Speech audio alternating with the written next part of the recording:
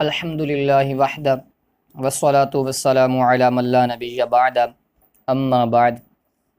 جب جانے دو عالم صلی اللہ تعالیٰ علیہ وسلم 14 سال کے ہوئے تو جنگ فجار کا واقعہ پیش آیا اور قریش و قیس کے درمیان مارکے کارن پڑا۔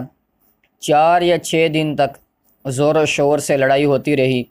بالآخر عتبہ کی کوششوں سے صلح ہو گئی اور جنگ کا خاتمہ ہو گیا۔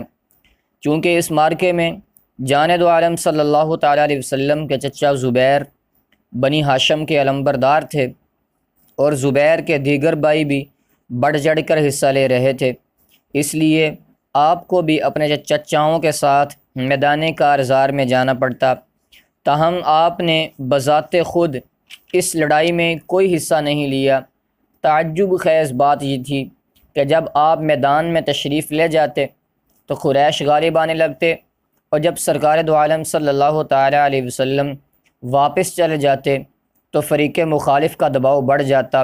یہ صورتحال دیکھ کر سب نے آپ سے کہا، لا تغیب عنا، ہمیں چھوڑ کر نہ جایا کرو۔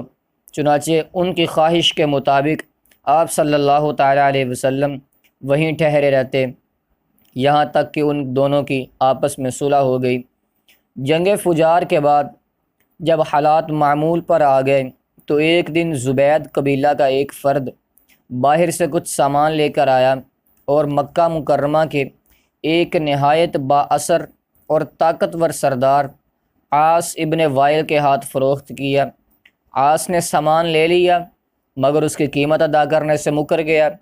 زبیدی بے یار و مددگار آدمی تھا۔ بیچارے نے متعدد افراد کو اپنا دکھڑا سنایا اور مدد کی درخواست کی، مگر عاص جیسے مقتدر سردار کے مقابلے میں اس کی حمایت پر کوئی بھی آمادہ نہ ہوا۔ ہر طرف سے مایوس ہو گیا تو طلوع آفتاب کے وقت کوہ ابو قبیس پر چڑھ کر چیخنے لگا، اے خاندان فہر، تمہیں ایک مظلوم مدد کے لیے پکار رہا ہے، جس کا ساز و سامان مکہ میں چھین لیا گیا ہے اور جس کا گھر اور گروہ یہاں سے دور ہے۔ یہ دردناک صدا صحن حرم میں پہنچی تو جانے دو عالم صلی اللہ تعالیٰ علیہ وسلم کے چچا زبیر اسی وقت اٹھ کھڑے ہوئے۔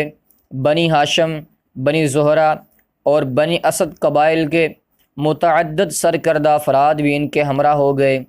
یہ سب لوگ عبداللہ ابن جدعان کے گھر اکٹھے ہوئے اور قسم اٹھا کر عہد کیا کہ آئندہ ہم سب مل کر مظلوم کی امداد کیا کریں گے، خواہ وہ کسی معمولی خاندان کا فرد ہو یا معزز خاندان کا فرد ہو۔ کب تک مدد کریں گے؟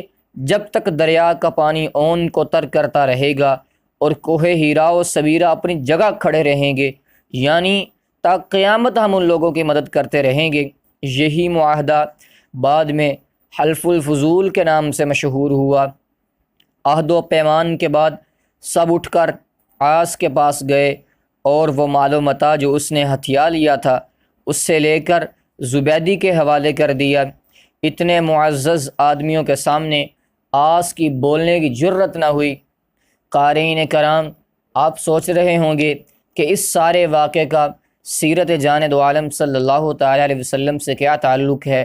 تو عرض یہ ہے کہ بہت گہرا تعلق ہے، کیونکہ جن لوگوں نے مظلوم کی نصرت و حمایت کا حلف اٹھایا تھا ان میں جانے دو عالم صلی اللہ تعالیٰ علیہ وسلم بھی بنفس نفیس شامل تھے، اور آپ کو اس معاہدے کی حرمت کا اتنا پاس تھا کہ آپ صلی اللہ تعالیٰ علیہ وسلم زمانہ نبوت میں فرمایا کرتے تھے، لو دعیت بہ لعجبت، اگر مجھے آج بھی اس معاہدے کے نام پر مدد کے لیے بلایا جائے تو میں اس پکار پر لبیک کہوں گا۔